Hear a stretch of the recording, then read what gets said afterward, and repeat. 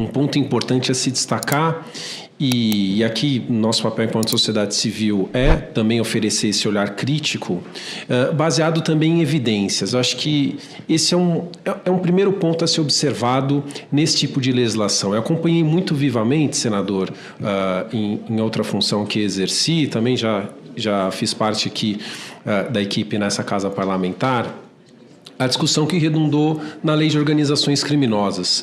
Foi um debate muito rico, que envolveu diversos setores, a participação da ENCLA, debates muitas vezes até acalorados, mas que vivamente envolveram setores da advocacia, da sociedade civil, do Conselho Nacional de Política Criminal e Penitenciária, do CNJ. Foi um debate longo no tempo, mas que envolveu os agentes, né? E digo isso da importância porque é uma lei de sucesso, como Vossa Excelência observou e tem observado as falas de Vossa Excelência. O problema atual, ele não está tão endereçado à questão necessariamente das penas ou de uma absoluta falta de instrumentos, né? Eu acho aqui que um passo importante, além do aprofundamento de elementos de debate, é também algo que se discute muito, que é a análise do impacto legislativo, né?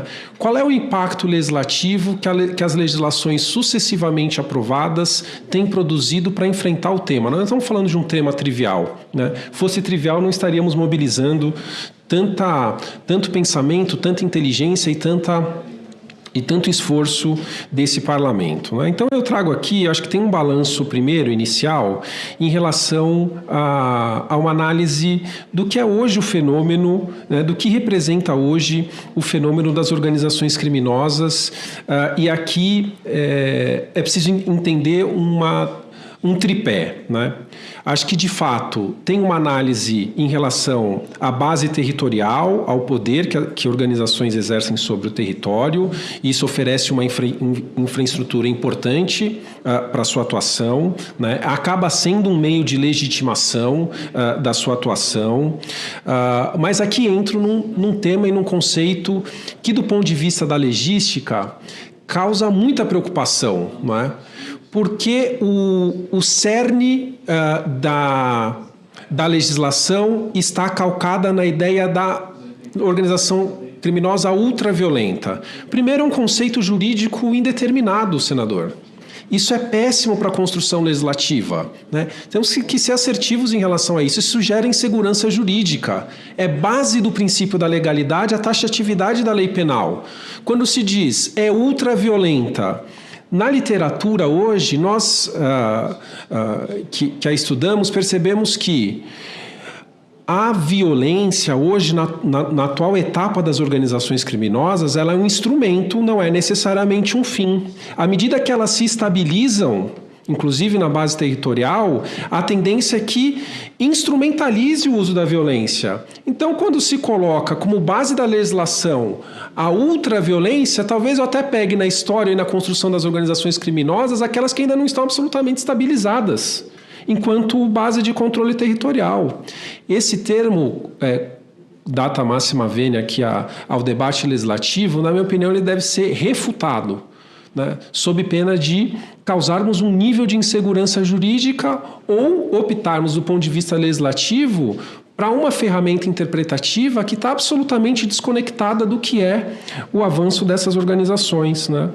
Então, é uma sinalização que eu acho importante, né? Se compreendemos, então, que um poder armado é um instrumento estratégico que até pode ser disciplinado, a gente também precisa entender o quanto é importante, nesse tripé que estou comentando, a legalização dos recursos para a expansão e perpetuação das organizações criminosas, né? Então, hoje, o que é o sinal mais importante da eficiência do Estado é conseguir atender a essa base do tripé, que é pouco comentada. Muitas vezes se dá muita visibilidade às operações bastante exitosas em relação a esse tema, mas dada a envergadura que as organizações assumem hoje, é muito pouco. O que, se fosse eleger dentro do tripé, né, falando que a necessidade é da totalidade, mas houve um erro, na minha opinião, em identificar, com esses equívocos jurídicos que já apontei, o tema da ultraviolência e deixar desassistido o tema da sustentabilidade financeira, né, e dos meios de legalização do recurso. E aqui se formou um eixo. Vossa Excelência e sua equipe já observaram, também quero enaltecer muito o trabalho e a abertura de sua equipe para o diálogo.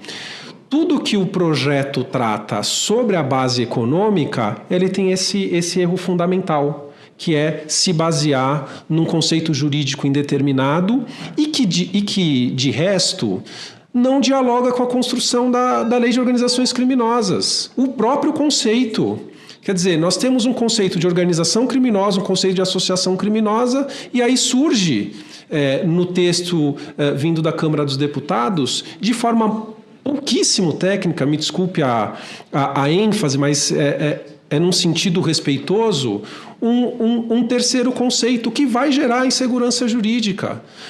Talvez o melhor caminho, se me permitir, senhor senador, é dialogar com o que já está criado, né?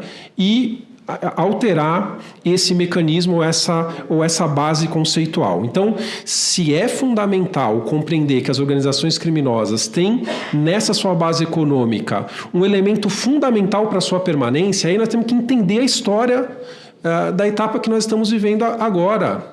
As organizações se fortalecem, né, na nossa história recente, inclusive, por essa capacidade de atuar até de forma transnacional. É por meio de conseguir controlar os espaços da logística, os espaços fundamentais para a manutenção do seu poder e, inclusive, corromper instituições do Estado. E aqui, senhor senador, a gente faz um debate que é muito respeitoso aos direitos e às garantias fundamentais. E é por isso que a amplitude do debate é importante. Quando nós defendemos as garantias e dizemos que o Estado, a cada avanço no seu poder punitivo, precisa prever uma garantia e instrumentos eficazes de controle, também é uma forma de proteção da institucionalidade. Porque também é preciso usar o argumento utilitarista. Se expande a capacidade do Estado de investigar, de atuar, de apurar, sem ter a contrapartida do controle no sentido tanto administrativo quanto externo, accountability da sua atuação, nós podemos ter consequências graves até do ponto de vista da organização do crime organizado. Que é evidente, fica mais fácil aproveitar da falta de ferramentas e de instrumentos de controle e buscar a infiltração por meio da institucionalidade estatal do que investir num nível de inteligência na sua atividade para burlar a atuação estatal. Então, aqui no nosso sentimento, no nosso sentido, é importante tomar cuidado em relação a cada uma dessas etapas. É preciso ter accountability das atividades estatais e da expansão das atividades estatais. Isso é um elemento essencial e avaliando hoje problemas sérios da segurança pública, e aí o projeto se trouxe o tema da violência, é porque também há um sentimento em relação às preocupações da violência. E aí é preciso recuperar bases de problemas essenciais que nós temos hoje. Homicídios no Brasil. Qual que é o nível de esclarecimento? Então, se o parlamento optar de que o tema da ultraviolência é o tema central, é o vértice de trabalho. Bom, como que a gente identifica as origens e a responsabilidade dessa ultraviolência só pensando em mortes violentas no país? Nós temos taxa que não passa de 30% de esclarecimento. E nós temos que falar de instituições do Estado que não têm capacidade, no sentido operacional, de fazer perícia.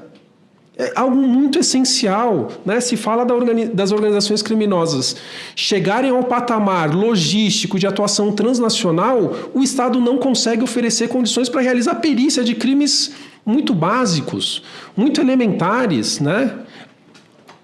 Desculpem. Somos um país com taxa de esclarecimento baixíssima, né? Tenho que ressaltar, até pela minha origem, né?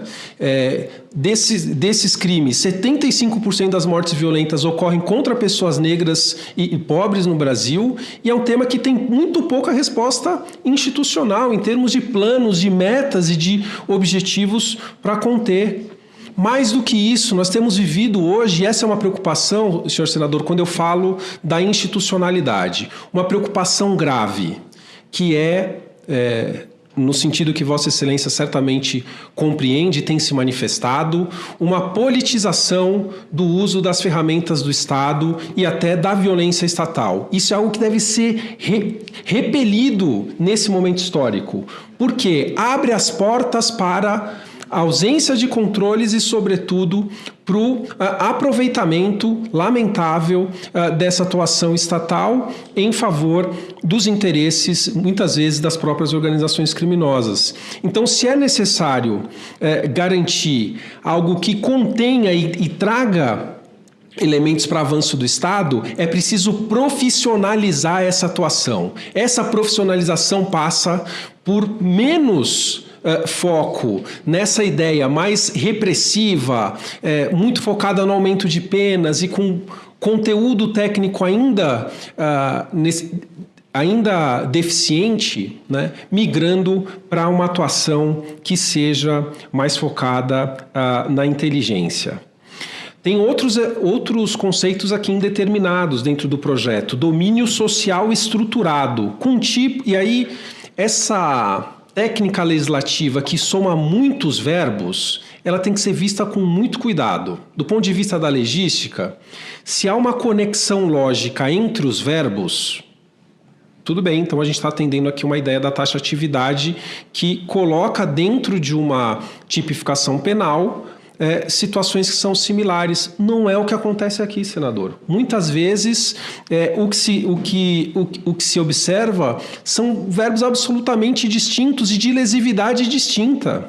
Né? Não pode se deixar de observar aqui que a consequência que o texto vai gerando é um tipo de criminalização que não vai afetar o andar de cima da criminalidade, estou chamando de andar de cima porque, entenda, nesse aspecto que não está necessariamente ligado à atuação territorial mais ostensiva.